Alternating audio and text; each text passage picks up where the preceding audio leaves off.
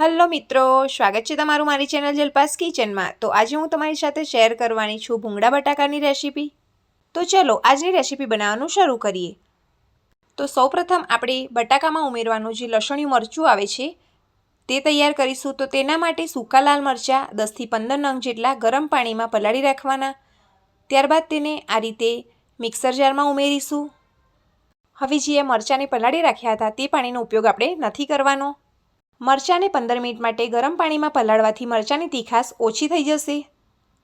ત્યારબાદ 10 થી 15 કળી લસણ લેવાની છે, તેને પણ આપણે મિક્સર જારમાં ઉમેરીશું। ત્યારબાદ અડધી ચમચી મીઠું ઉમેરીશું।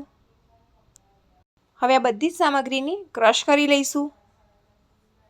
તો હવે તમે જોઈ શકો છો કે લસણ અને લાલ મરચાં અધકચરા પેસ્ટ થયા છે। તો ત્યારબાદ તેમાં અડધો ગ્લાસ જેટલું પાણી ઉમેરી અને ફરીથી તેને ક્રશ કરી લઈશું। તો તમે જોઈ શકો છો કે એકદમ સ્મૂથ પેસ્ટ બનીને તૈયાર થઈ ગઈ છે। હવે પેસ્ટ બની ગયા બાદ બાફેલા બટાકા લેવાના છે। તો આ રીતે નાની સાઇઝની બટાકી આવે છે તેને બાફીને છોલી લેવાની છે। જો તમારી પાસે નાની બટાકી ન હોય તો મોટા બટાકાને પણ તમે 4 થી 5 ટુકડામાં કટ કરીને ઉપયોગમાં લઈ શકો છો। ત્યારબાદ એક જાડા તળિયાવાળી કડાઈમાં 2 થી 3 ચમચી જેટલું તેલ ગરમ કરીશું। અડધી ચમચી હિંગ, અડધી ચમચી હળદર પાવડર ઉમેરીશું। ત્યારબાદ જે પેસ્ટ બનાવીને રાખી હતી તે એડ કરીશું। જો તમે મારી ચેનલ પર નવા છો તો મારી ચેનલને જલ્દીથી સબસ્ક્રાઇબ કરી લો, જેથી આવનારા વિડીયોની નોટિફિકેશન તમને મળતી રહે। લસણિયા મરચાંની પેસ્ટ ઉમેરી અને તેને સતત હલાવતા જઈ અને શેકી લેવાનું છે, જેથી લસણની કચાશ દૂર થઈ જાય અને એકદમ સરસ રીતે શેકાઈ જાય। લસણની પેસ્ટ એકદમ પરફેક્ટ શેકાશે ત્યારબાદ તેમાં આ રીતે તેલ છૂટું પડતું દેખાશે। તો હવે તેમાં અડધી ચમચી જેટલું એટલે કે સ્વાદ અનુસાર મીઠું ઉમેરીશું। જ્યારે આપણે લસણ અને મરચાંની પેસ્ટ બનાવી ત્યારે પણ તેમાં મીઠું ઉમેર્યું હતું, એટલે મીઠું સ્વાદ અનુસાર જ ઉમેરવાનું। તો હવે તમે જોઈ શકો છો કે તેલ એકદમ સરસ ઉપર આવી ગયું છે, એટલે આપણું મરચું એકદમ પરફેક્ટ શેકાઈ ગયું છે।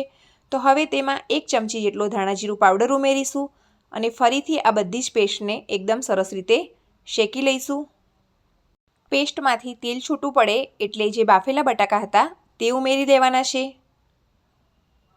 બટાકા ઉમેર્યા બાદ તેને મિક્સ કરી લઈશું, એટલે બધો જ મસાલો એકદમ સરસ રીતે બટાકાને કોટ થઈ જાય। બધો જ મસાલો એકદમ સરસ રીતે બટાકામાં ભળી જાય ત્યારબાદ તેમાં અડધા લીંબુનો રસ ઉમેરીશું। લીંબુનો રસ ઉમેરવાથી બટાકાનો ટેસ્ટ એકદમ ચટપટો લાગશે। તો તૈયાર છે આપણા લસણિયા બટાકા। લાસ્ટમાં તેમાં કોથમીરથી ગાર્નિશિંગ કરીશું। હવે લસણિયા બટાકા તો આપણા તૈયાર થઈ ગયા છે, તો તેની સાથે ખાવાના ભૂંગળા પણ તળી લઈએ।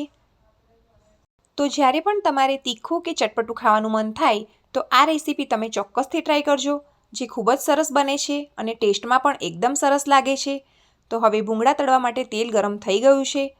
તો આ રીતના જે લાંબા ભૂંગળા આવે છે તેને તળી લઈશું। તો છે ને એકદમ તીખા અને ચટપટા ભૂંગળા બટાકા બનાવવાની એકદમ સરળ રીત। તો તમે પણ તમારા ઘરે ચોક્કસથી ટ્રાય કરજો અને મને કોમેન્ટમાં જણાવજો કે આજની આ રેસીપી તમને કેવી લાગી। તો હવે તમે જોઈ શકો છો કે ભૂંગળા પણ આપણા તળાઈને રેડી થઈ ગયા છે। તો હવે ભૂંગળાને આપણે એક પ્લેટમાં કાઢી અને આ રેસીપીને સર્વ કરી લઈએ। જો તમને મારી આજની આ રેસીપીનો વિડીયો પસંદ આવ્યો હોય તો મારા વિડીયોને લાઇક કરો, ચેનલને સબસ્ક્રાઈબ કરો અને વિડીયોને બને તેટલું ફેમિલી અને ફ્રેન્ડ્સના ગ્રુપમાં શેર કરો। તો ફરી મળીશું આવી જ એક અલગ રેસીપીના વિડીયો સાથે। ત્યાં સુધી આવજો।